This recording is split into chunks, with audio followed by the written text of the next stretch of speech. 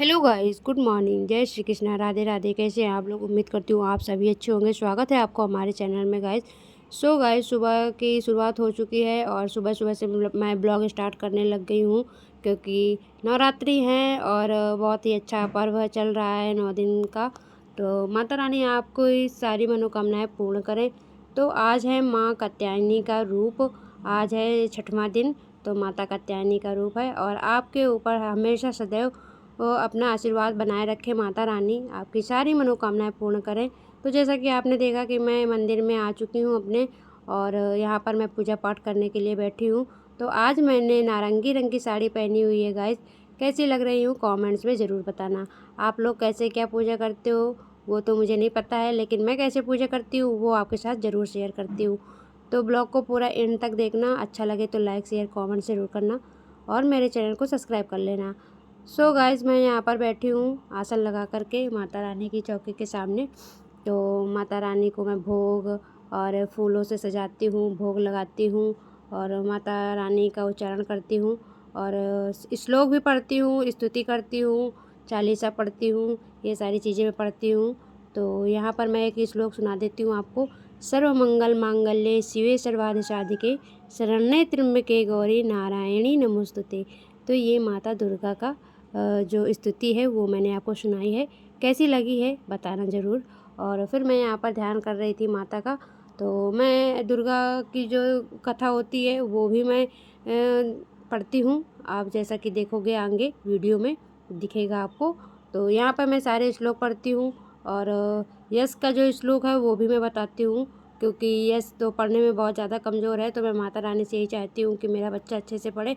तो उसके उसके ऊपर से मैं उसकी चौपाई पढ़ लेती हूँ कि वो तो यस पढ़ने वाला है नहीं है, क्योंकि वो इतनी शैतानियाँ ही करता है। उसको तो पढ़ना पूजा पाठ अच्छा ही नहीं लगता है। मैं कहती भी हूँ कि आके बेटा बैठो मेरे पास, तो वो उसका मन ही नहीं लगता है। तो मैंने कहा अभी बच्चा है, छोटा है, नहीं समझता है, लेकिन मैं आगे थोड़ा सा जैसे बड़ा होता है तो उसको समझाऊँगी कि बैठा करो, पूजा पाठ किया करो।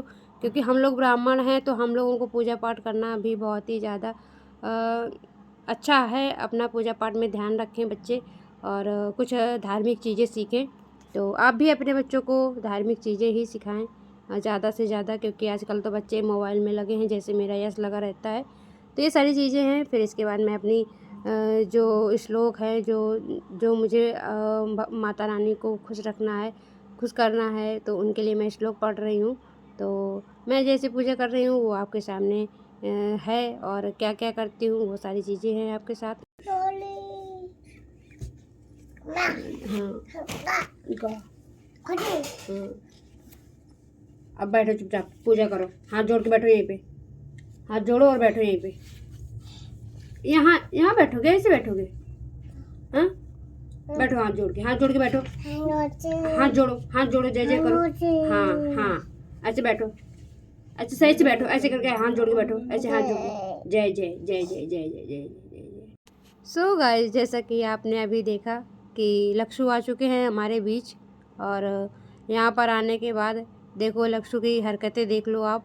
आप कहते हो कि मतलब आपने सोचा होगा कि दिखाया कुछ नहीं है, बताते हैं, तो अब आप आज देख लो इस ब्लॉग में। तो यहाँ पर बैठी मैं पूजा कर रही थी और मैं माता की स्तुति पढ़ रही थी और जो कथा है वो मैं उच्चारण कर रही थी माता की। तो यहाँ पे लक्ष्मी मेरी गोद में बैठ गए हैं। मैंने कहा नीचे बैठ जाओ, तो नहीं बैठे, मेरी गोद में ही बैठ गए। मैंने कहा चलो ठीक है। वैसे भी मेरा लक्ष्य सुबह सुबह नहा लेता है, जल्दी ही नहा लेता है। जैसे मैं नहा के आती हूँ वैसे ही अपना भी नहा लेता है। तो कोई बात नहीं है, छोटा बालक है, नहा भी लिया है तो वैसे कोई बड़ी बात नहीं है। फिर यहाँ पर आके बैठ गए हैं मेरे साथ पूजा करने के लिए, और मैंने जैसे जैसे कहा था वैसे वैसे आपने देखा होगा कि सारी चीज़ें मानता है और करता है। मैं यहाँ पर माता रानी की कथा पढ़ रही थी और लक्षु अपने काम में लग गए हैं। जैसा भी आप देख रहे हो कि मैं अपने कथा में लीन हो रही हूँ और यहाँ पर लक्षु अपने कामों में लीन हो रहे हैं।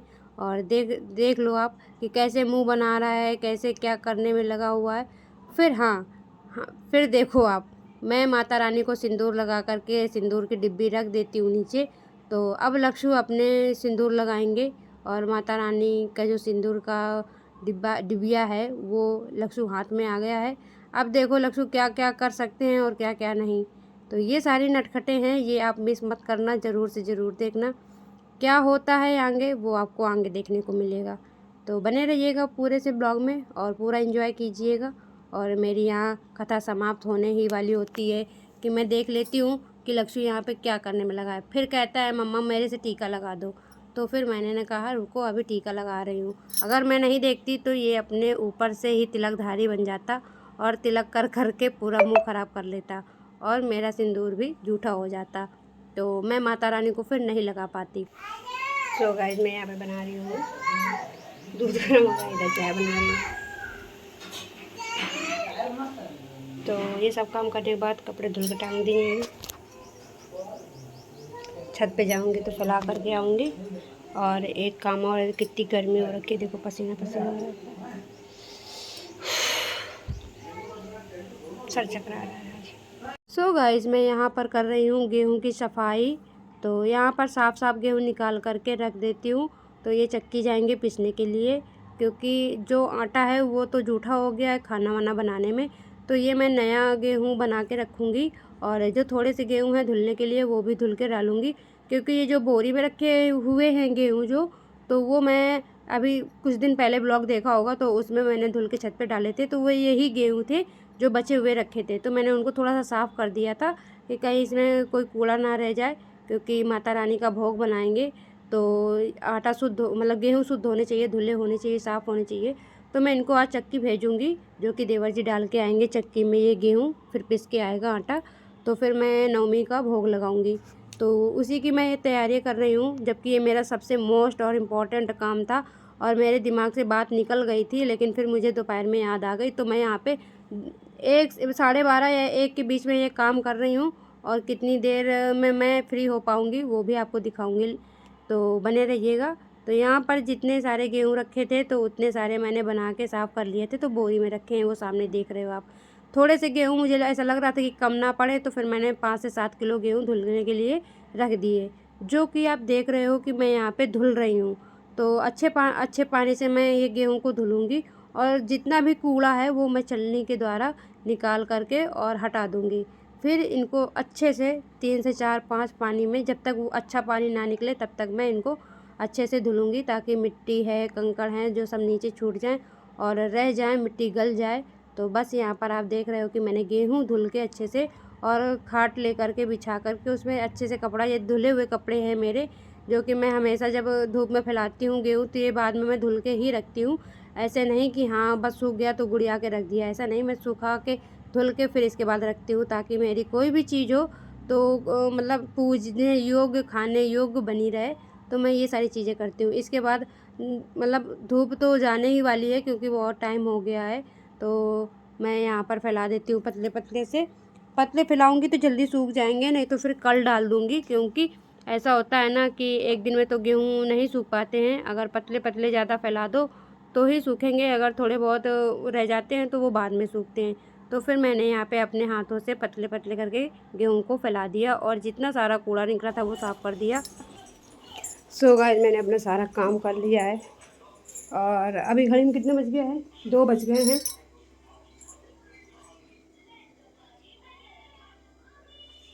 लाइट नहीं जलाई इसलिए रोशनी नहीं है।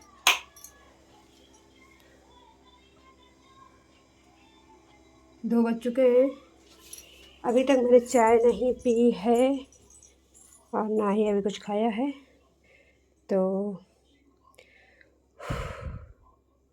थक गई हूँ बहुत ज़्यादा।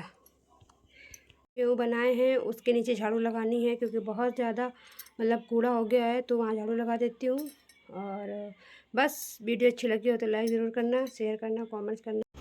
जब भी हम कोई काम करते हैं ना गाइस, तब हमारे दोनों बच्चे इतना उपद्रव मचाते हैं कि हम कुछ काम करने जाते हैं वो भी भूल जाते हैं।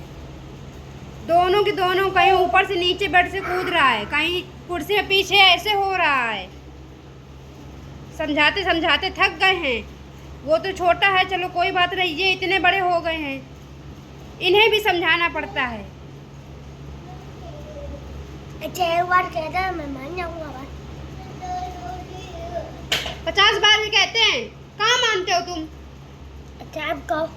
क्या कहें अब? मुझे कुछ कहना है। क्या कुछ कहना है? बताओ।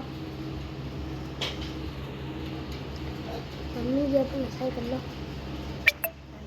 तब से मैं देख रही हूँ लक्षु बार बार रोए जा रहा है, रोए जा रहा है, रोए जा रहा है। चप्पल जूते से कौन मारता है? हाँ, चप्पल जूते से कौन मारता है एक दूसरे को? यही सीखोगे बड़े होकर के? हाँ,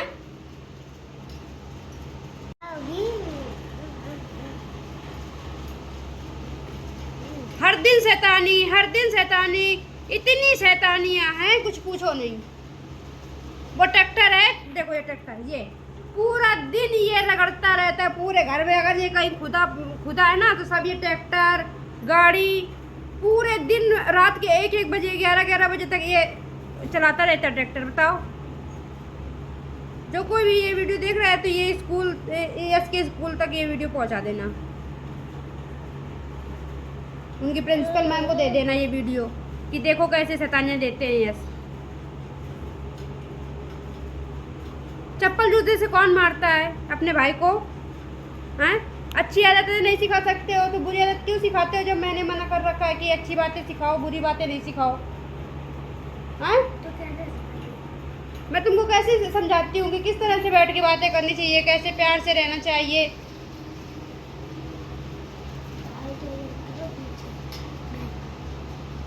आप सही नहीं। मस्का लगाने की कोई ज़रूरत नहीं है मुझे। क्यों? इसका फोन है, कंपनी वाले का है। मैंने कहा छूना नहीं मेरा फ़ोन, बस।